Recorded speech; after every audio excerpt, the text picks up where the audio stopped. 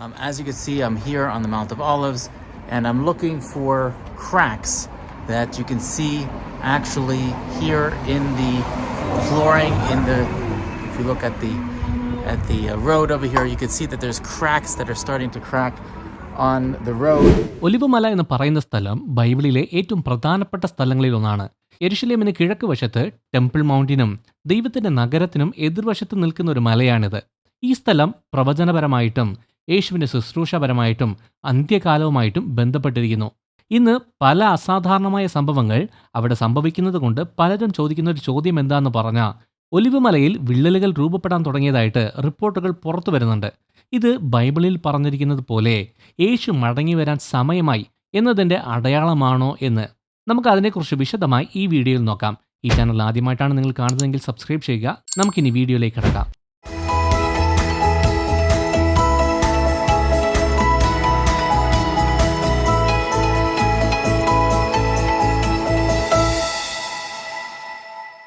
യെരുശലേമിന്റെ പഴയ നഗരത്തിന് കിഴക്ക് വശത്താണ് ഈ ഒലിവ് മല സ്ഥിതി ചെയ്യുന്നത്. ഇത് ലോകത്തിലെ ഏറ്റവും ഉയരമുള്ള മലയോ അല്ലെങ്കിൽ നല്ല വലിപ്പമുള്ള മലയോ ഒന്നുമല്ല.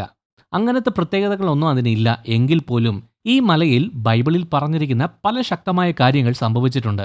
ഈ മലയിൽ നിന്ന് നിങ്ങൾക്ക് ടെമ്പിൾ മൗണ്ടും യെരുശലേമിന്റെ ഹൃദയഭാഗമായ കിദ്രോൻ താഴ്വര വരെ നിങ്ങൾക്ക് കാണാൻ പറ്റും.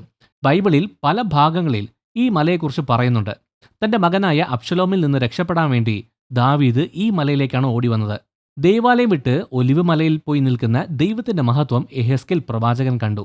ബൈബിളിൽ പറഞ്ഞിട്ടുള്ളതിൽ ഏറ്റവും പ്രധാനപ്പെട്ട സംഭവം എന്താന്ന് പറഞ്ഞാൽ, യേശു പലപ്പോഴും യാത്ര ചെയ്തിരുന്ന മലയാണിത്. മാത്രമല്ല, നിനക്ക് സമാധാനമേകുന്ന കാര്യങ്ങൾ ഇപ്പോഴെങ്കിലും നീ അറിഞ്ഞിരുന്നെങ്കിൽ എത്ര നന്നായിരുന്നു. പക്ഷേ ഇപ്പോൾ അവ നിനക്ക് അഗോചരങ്ങളായിരിക്കുന്നു എന്ന് പറഞ്ഞുകൊണ്ട് യേശു യെരുശലേമിനെ കുറിച്ച് വിഷമിച്ചത് ഇവിടെ വെച്ചാണ്. മാത്രമല്ല, മത്തായി 24 അധ്യായത്തിൽ ലോകത്തിന്റെ അവസാനത്തെക്കുറിച്ചുള്ള പ്രവചനം തന്റെ ശിഷ്യന്മാർക്ക് യേശു പറഞ്ഞു കൊടുത്തതും ഇവിടെ വെച്ചാണ്. അതുമാത്രമല്ല, യേശു സ്വർഗാരോഹണം ചെയ്യപ്പെട്ടതും ഈ മലയിൽ നിന്നാണ്. പ്രവൃത്തികൾ 1 അധ്യായം 11 വാക്യത്തിൽ ദൂതൻ ശിഷ്യന്മാരോട് ഇങ്ങനെ പറഞ്ഞു, ഗലീലക്കാരായ പുരുഷന്മാരെ, നിങ്ങൾ ആകാശത്തേക്ക് തുറച്ചു നോക്കി നിൽക്കുന്നത് എന്തിന്? നിങ്ങളിൽ നിന്ന് സ്വർഗത്തിലേക്ക് എടുക്കപ്പെട്ട ഈ യേശു സ്വർഗത്തിലേക്ക് പോകുന്നതായി നിങ്ങൾ കണ്ട അതേ വിധത്തിൽ തന്നെ തിരികെ വരും. സെഖര്യാവ് 14 അധ്യായത്തിൽ യേശു തിരിച്ചു വരുമ്പോൾ എന്തൊക്കെ കാര്യങ്ങൾ സംഭവിക്കും എന്ന് പ്രവചിച്ചിട്ടുണ്ട്. ആ ദിവസത്തിൽ അവിടുത്തെ കാൽ യെരുശലേമിന് കിഴക്കുള്ള ഒലിവുമലയിൽ നിൽക്കും. അപ്പോൾ ഒലിവുമല കിഴക്ക് പടിഞ്ഞാറായി 2 ഭാഗമായി പിളർന്നു പോകും. മലയുടെ ഒരു പകുതി വടക്കോട്ടും മറ്റേ പകുതി തെക്കോട്ടും നീങ്ങിപ്പോകുന്നതിനാൽ നടുവിൽ ഒരു വലിയ താഴ്വര രൂപപ്പെടും. അങ്ങനെയാണെങ്കിൽ ഇന്ന് ഈ മല വിണ്ടു കീറുന്നുണ്ട് എന്ന് കേൾക്കുമ്പോൾ നമുക്ക് സന്തോഷിക്കാതിരിക്കാൻ കഴിയില്ല. ഈ പ്രവചനം നിറവേറാൻ തുടങ്ങിയോ എന്ന ചോദ്യം നമ്മുടെ മനസ്സിലുണ്ടാകും. സത്യത്തിൽ ഒലിവ് മല എന്ന് പറയുന്നത് ക്രിസ്ത്യാനികൾക്ക് മാത്രമല്ല, മറ്റു പലർക്കും ഇത് പ്രധാനപ്പെട്ട സ്ഥലമാണ്. ജൂതന്മാരെ സംബന്ധിച്ചിടത്തോളം ആയിരക്കണക്കിന് പുരാതന ശവകുടീരങ്ങൾ നിറഞ്ഞ ഒരു വിശുദ്ധ ശ്മശാനമാണത്. മിശിഹ തിരിച്ചു വരുന്ന സമയത്ത് അവിടെ അടക്കം ചെയ്യപ്പെട്ടവർ ആദ്യം മരിച്ചവരിൽ നിന്ന് ഉയർത്തെഴുന്നേൽക്കുമെന്നാണ് അവർ വിശ്വസിക്കുന്നത്. അതുകൊണ്ടാണ് നൂറ്റാണ്ടുകളായിട്ട് ഈ മലയിൽ അടക്കം ചെയ്യാൻ വേണ്ടി ജൂത കുടുംബങ്ങൾ ആഗ്രഹിക്കുന്നത്. മുസ്ലിംസിനും ഈ സ്ഥലം വളരെ പ്രധാനപ്പെട്ടതാണ്. ഇസ്ലാമിക പാരമ്പര്യത്തിൽ അന്ത്യവിധി നിർണയിക്കപ്പെടുന്ന ന്യായവിധി ദിവസവുമായി ബന്ധപ്പെട്ട ഒരു സ്ഥലമാണിത്. അതുകൊണ്ട് പല രീതിയിൽ 3 മതങ്ങൾ, അതായത് യഹൂദമതം, ക്രിസ്തുമതം, ഇസ്ലാം എല്ലാം ഈ മലയെ അത്ഭുതത്തോടെ നോക്കുന്നുണ്ട്. അന്ത്യനാളിൽ ഈ മലയിൽ മഹത്തായ കാര്യങ്ങൾ സംഭവിക്കുമെന്ന് അവർ പ്രതീക്ഷിക്കുന്നുണ്ട്. കിദ്രോൻ താഴ്വരയ്ക്ക് എതിർവശത്ത് ഒലിവുമലയ്ക്ക് നേരെ എതിരായിട്ട് പഴയ യെരുശലേം നഗരത്തിന്റെ മതിലിലെ കിഴക്കൻ വശത്ത് ഒരു വാതിലുണ്ട്. ഈ വാതിലിന് കിഴക്കൻ വാതിൽ അല്ലെങ്കിൽ സ്വർണ്ണവാതിൽ എന്നും പേരുണ്ട്. വലിയ കല്ലുകൾ കൊണ്ട് ഉറപ്പിച്ച് അടച്ചിരിക്കുന്ന ഈ വാതിൽ വളരെ പ്രത്യേകതയുള്ളതാണ്. എന്താണ് കാരണം എന്നറിയാവോ? 1500കളിൽ ഒട്ടോമൻ സാമ്രാജ്യം യെരുശലേം ഭരിച്ച സമയത്ത് അവരത് ഒരിക്കലും തുറക്കാൻ പാടില്ല എന്ന് പറഞ്ഞ് അടച്ചുറപ്പിച്ചതായിട്ട് ചരിത്രം പറയുന്നുണ്ട്. പ്രവചനം അനുസരിച്ച് മിശിഹ ഈ വാതിലിലൂടെയാണ് നഗരത്തിനകത്തേക്ക് വരുന്നത് എന്ന് പറയുന്നത് കൊണ്ട് അതിനെ തടയാൻ വേണ്ടി ഇങ്ങനെ ചെയ്തു എന്ന് ചിലർ പറയുന്നു. സത്യം പറഞ്ഞ യെഹെസ്കേൽ ഇതിനെക്കുറിച്ച് പ്രവചിച്ചിട്ടുണ്ട്.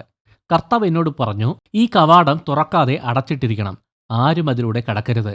ഇസ്രായേലിന്റെ ദൈവമായ യഹോവ അതിൽ കൂടി കടക്കുകയാൽ അത് അടച്ചിട്ടിരിക്കണം.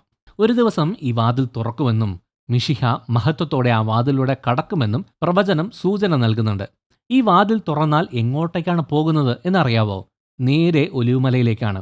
ഇതിൽ അതിശയിപ്പിക്കുന്ന ഭാഗം എന്താണെന്ന് പറഞ്ഞാൽ, ഒലിവ് മലയിൽ നിന്ന് കിദ്രോൻ താഴ്വര വഴി ഗോൾഡൻ ഗേറ്റിന്റെ താഴെയുള്ള ടെമ്പിൾ മൗണ്ട് വരെ ഒരു ഫോൾട്ട് ലൈൻ, അതായത് അകത്തുകൂടി വലിയ വിള്ളലുണ്ടെന്ന് ഭൂഗർഭ ശാസ്ത്രജ്ഞരും വളരെ കാലം മുമ്പ് തന്നെ കണ്ടുപിടിച്ചിട്ടുണ്ട്. ഈ അടുത്തിടയ്ക്ക് ഒലിവുമലയിലും ഗോൾഡൻ ഗേറ്റിനടുത്തുള്ള മതിലുകളിലും വിള്ളലുകൾ രൂപപ്പെടാൻ തുടങ്ങിയിട്ടുണ്ടെന്ന് റിപ്പോർട്ടുകൾ വരുന്നുണ്ട്. ഭൂമി പോലും ഒരു വലിയ കാര്യത്തിന് തയ്യാറെടുക്കുന്നത് പോലെയാണിത്. അപ്പോൾ ശരിക്കും ഒലിവുമലയിൽ എന്താണ് സംഭവിക്കുന്നത് എന്ന് ചോദിച്ചാൽ, വർഷങ്ങളായിട്ട് ഈ മലയുടെ ചില ഭാഗങ്ങൾ മാറിക്കൊണ്ടിരിക്കുന്നതായിട്ട് ശാസ്ത്രജ്ഞരും നഗരത്തിന്റെ ഉദ്യോഗസ്ഥരും ശ്രദ്ധിച്ചിട്ടുണ്ട്. മലയുടെ ചെരുവുകളിൽ വിള്ളലുകൾ പ്രത്യക്ഷപ്പെട്ടു, ചെറിയ മണ്ണിടിച്ചിലും ഉണ്ടായിട്ടുണ്ട്. മണ്ണൊലിപ്പ്, ഭൂകമ്പങ്ങൾ, ഭൂഗർഭ ജലത്തിന്റെ ചലനം കാരണമാണ് ഇങ്ങനെ സംഭവിക്കുന്നതെന്ന് ഭൂഗർഭ ശാസ്ത്രജ്ഞർ പറയുന്നു.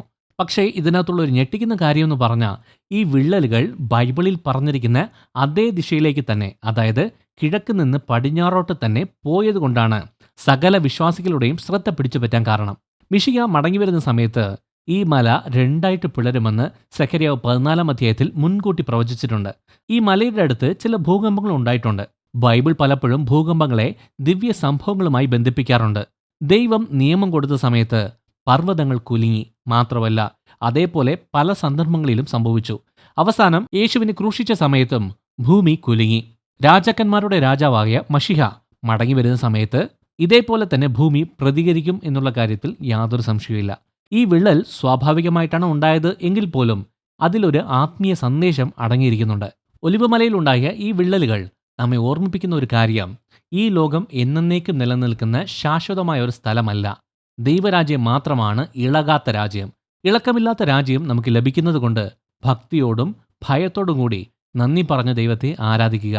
പ്രവചനം കൊണ്ട് നിറയപ്പെട്ട ഈ മലയിൽ വിള്ളലുകൾ വീഴാൻ തുടങ്ങിയത് കാണുമ്പോൾ യേശു മടങ്ങി വരുന്നു എന്ന വാഗ്ദാനം ഓർക്കുക.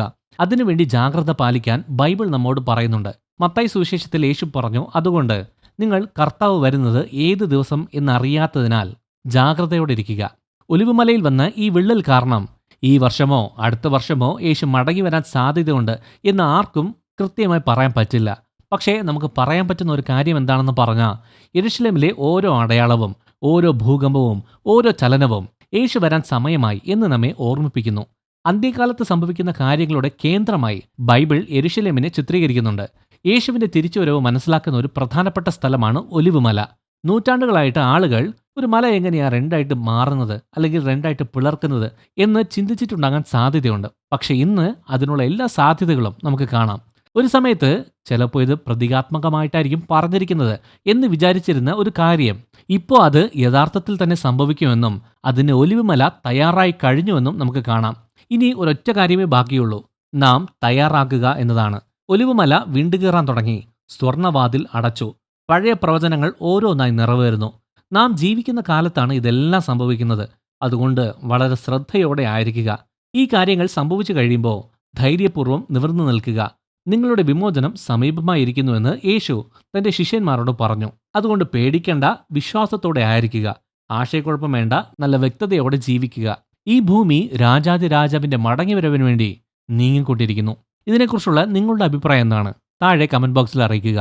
ഈ വീഡിയോ ഇഷ്ടമായ ലൈക്ക് ചെയ്യുക, ഈ ചാനൽ സബ്സ്ക്രൈബ് ചെയ്യുക. നിങ്ങൾ ദൈവത്താൽ അനുഗ്രഹിക്കപ്പെട്ടവർ.